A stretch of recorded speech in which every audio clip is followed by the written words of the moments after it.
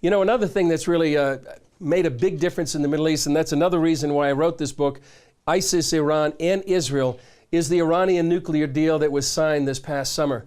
Many people believe that it was maybe the worst diplomatic agreement ever signed by the United States. In fact, here in Jerusalem, we talked to Senator Tom Cotton, who believes that because of this Iranian deal, there's going to be what he called nuclear tripwires throughout the Middle East. It will lead, he believes, and many experts believe, to nuclear proliferation.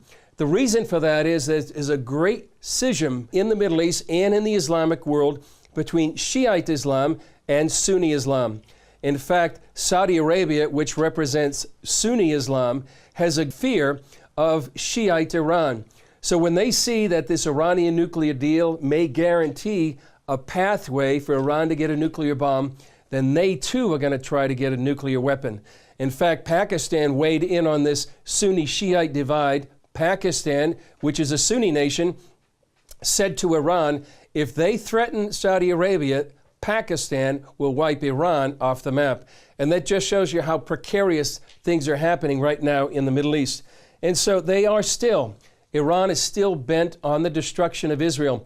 And you would have thought after this nuclear deal that maybe Iran would tone down its rhetoric. In fact, it seems like their rhetoric was ratcheted up. They still call for the destruction of Israel. They still call for the death of the United States. And it was the United States that really pushed this nuclear deal through. So it makes you wonder what will happen if Iran does get a nuclear weapon. We had one expert we talked to said, not only do they have a overt nuclear program, but they have a covert nuclear program. And this nuclear deal really didn't address many of the military installations inside Iran. People believe it could be just a matter of time before Iran gets a nuclear weapon. And if that happens, it would be a game changer, would really what some people call a hinge of history here in the Middle East. Thousands of Iranians demonstrated against Saudi Arabia for executing a top Shiite cleric. They carried pictures of the executed Sheikh Namir, and many shouted, "Death to the House of Saud." Saudi Arabia has collapsed and has been isolated. It has shown its true nature and has joined the club of wickedness and brutality. It has proved its anti-human nature to the world. Those countries who cooperate with Saudi Arabia will be humiliated, and human society has no respect for them. In Cairo, the Arab League held an emergency meeting of foreign ministers. Saudi Arabia's foreign minister said Iran's attack on the Saudi embassy in Tehran after the execution of Sheikh Namir was the latest incident in decades of aggression. After the attack, Saudi Arabia cut diplomatic ties with Iran. He warned Iran risked being rejected by all the Arab countries of the region. The proxy wars, as well as the propaganda war, or what some people call the soft war, are likely to intensify. For example, an Iranian group posted an animated film on the internet simulating a missile attack on Saudi Arabia, including an attack on their main oil fields. It could be the next chapter in this growing animosity between these two Middle East giants. The animated video simulates an Iranian rocket attack using missiles fired from Yemen. The attack is designed to cripple Saudi Arabia on multiple fronts. The video reveals the GPS coordinates of Saudi Arabia's main oil facility at the Gower field, then shows the missiles destroying the Saudi Aramco facility and setting the area on fire. It also simulates attacks on Saudi Arabia's capital, Riyadh, that it calls the Freemason Tower. Then it shows missiles striking the Saudis' main airbase and crippling its anti-missile system.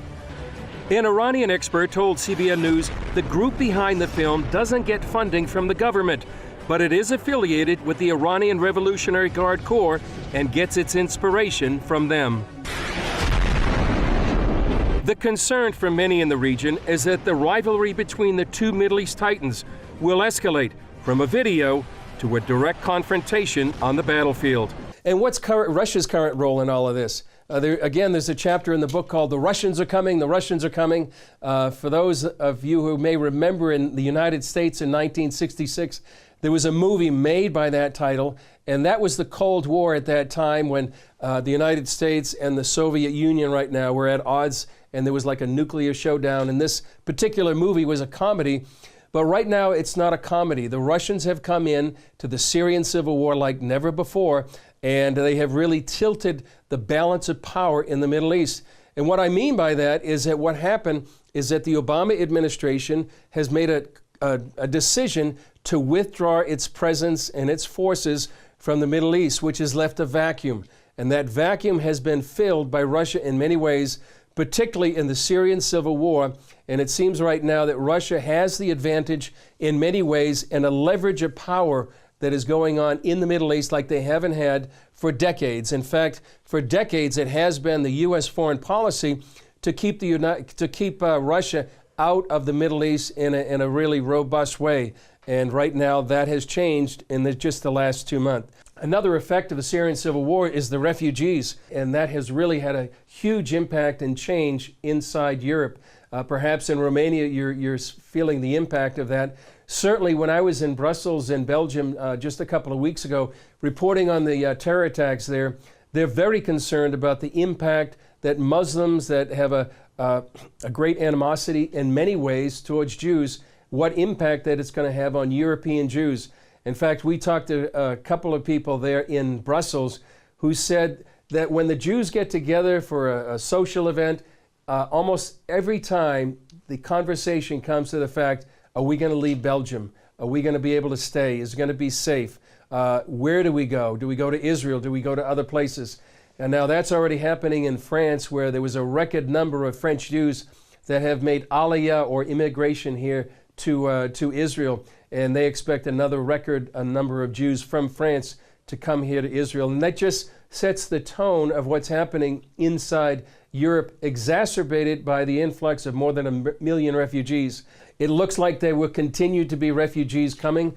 Right now, it looks like there's an agreement between the European Union and Turkey that many of these refugees are going to be sent back. We'll see what happens. But when the warm weather starts, we'll see what's going to happen if the refugees are still going to come like they did last summer.